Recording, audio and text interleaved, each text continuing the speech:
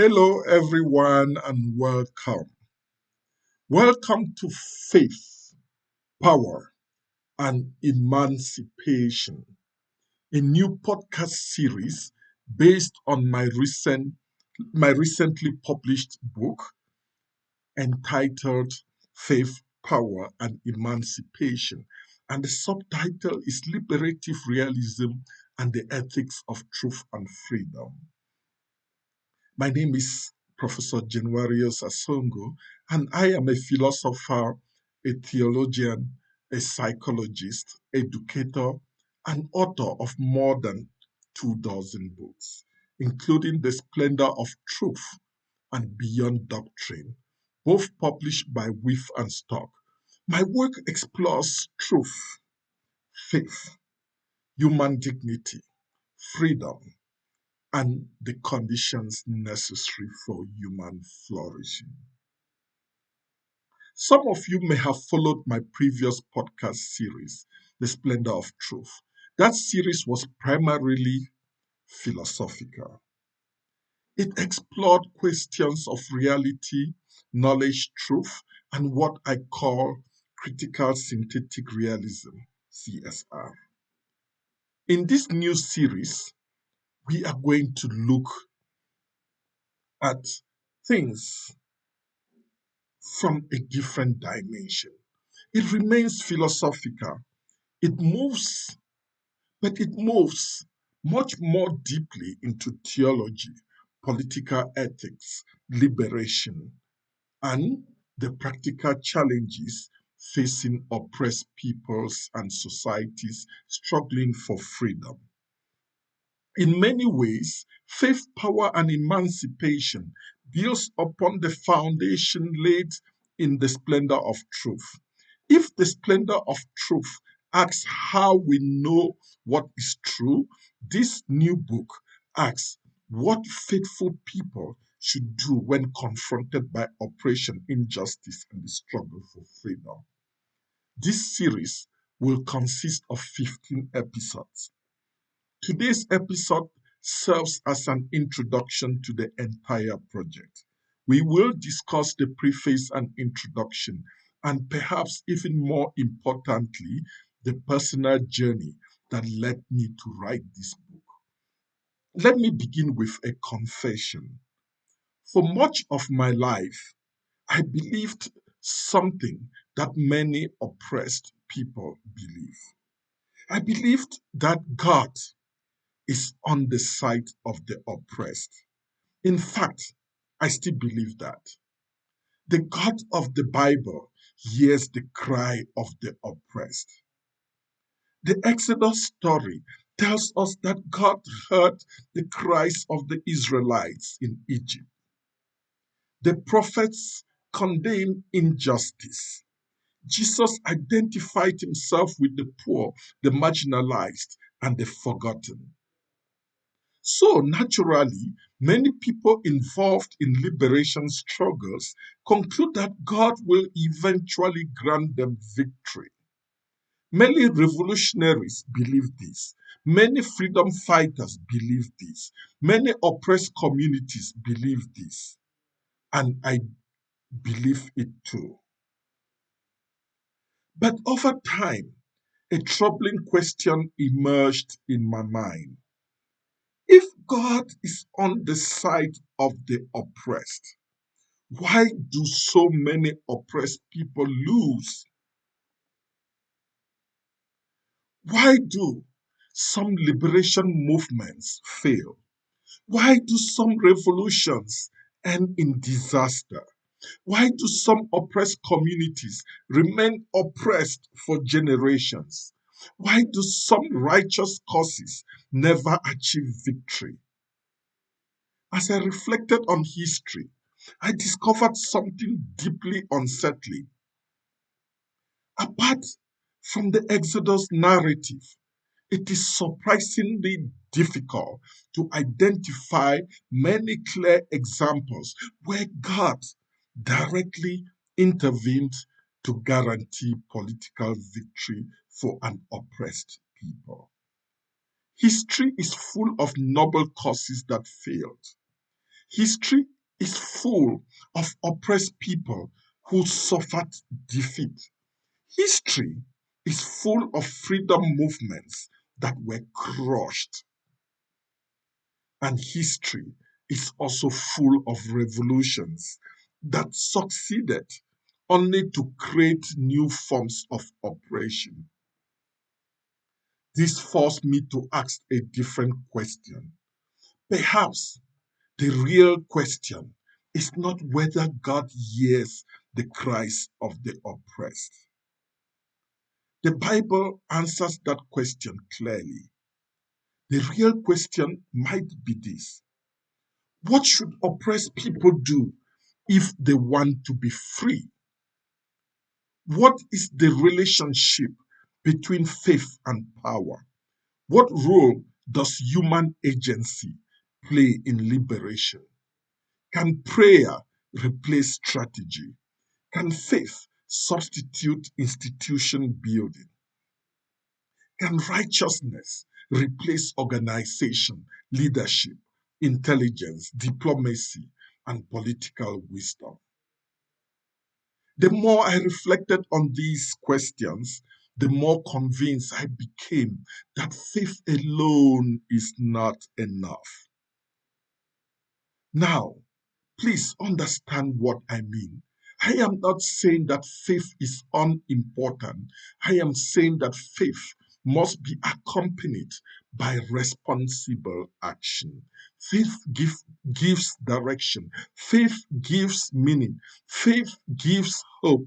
But freedom requires more. Freedom requires agency. Freedom requires strategy. Freedom requires organization. Freedom requires institution. Freedom requires truth. Freedom requires leadership. And freedom requires moral discipline. That realization became the seed from which this book emerged. This is not a book of despair. It is not a book telling oppressed people to surrender. It is not a book arguing that justice is impossible. It is exactly the opposite. It is a book about realistic hope. It is a book about responsible liberation. It is a book about how oppressed peoples can pursue freedom without relying on wishful thinking. Too often, people assume that because a cause is morally right, victory is inevitable. History teaches otherwise. A people can be right and still lose. A people can be oppressed and still lose. A people can have justice on their side and still lose. Reality is more complicated than we sometimes want to admit. That is why understanding power matters. One of the central arguments of this book is that many liberation movements understand injustice but fail to understand power. They know what they are against. They are less clear about what they must build. They know what they want to overthrow. They are less clear about what must replace it. And when victory finally comes, they often discover that removing oppression is easier than building freedom. The preface of this book argues that liberation theology made one of the most important contributions to modern Christian thought. Liberation theologians reminded us that theology cannot remain neutral in the face of injustice. They reminded us that God cares about the poor. They reminded us that faith has social consequences. They reminded us that the church cannot ignore sufferings. These were important insights. But the world has changed. Today, today's forms of oppression are often different from those faced by the first generation of liberation theologians. Power now operates through technology. Power operates through economics. Power operates through information system. Power operates through media narratives. Power operates through global institutions and international networks. In many cases, oppression no longer appears in obvious forms. It is often hidden within structures, systems, and narratives. The challenge before us is therefore not simply liberation. The challenge is learning how to pursue liberation responsibly. The challenge is learning how to sustain freedom once it has been achieved. That is why this book introduces what I call liberative realism. Liberative realism attempts to bring together three realities that are often treated separately: faith, power, and emancipation. Faith reminds us that human beings possess dignity and injustice, and that injustice matters. Power reminds us that history does not change simply because we desire it to change. And emancipation reminds us that freedom remains a moral imperative. Liberative realism seeks to hold these three realities together. It argues that liberation must be guided by truth. It must be constrained by moral responsibility, and it must be supported by institutions capable of sustaining freedom over time. The introduction then broadens the discussion. We live in a world that constantly talks about human dignity, yet human dignity remains under threat. We live in a world overflowing with information, yet truth seems increasingly difficult to find. We live in a world connected by technology, yet societies seem increasingly fragmented. We live in a world where democratic institutions still exist, yet trust in those institutions continue to decline. I describe this as an epistemic fracture. We increasingly disagree not only about values, but about reality itself. And that creates enormous challenges for liberation movements. Because if we cannot recognize truth, if we cannot effectively recognize injustice, and if we cannot recognize injustice, we cannot effectively resist it. That is why this book insists that liberation begins with truth. The struggle for justice requires moral courage, but it also requires intellectual honesty. It requires a commitment to reality. It requires a willingness to see the world as it actually is rather than as we wish it to be. Without this series, throughout this series, we will explore these ideas chapter by chapter. We will discuss liberation theology. We will discuss truth and knowledge. We will discuss human dignity. We will discuss empire and power. We will discuss nonviolent resistance. We will discuss strategy. We will discuss institution. We will discuss democracy. We shall also discuss nation building, and ultimately, we will discuss what it means to pursue freedom responsibly.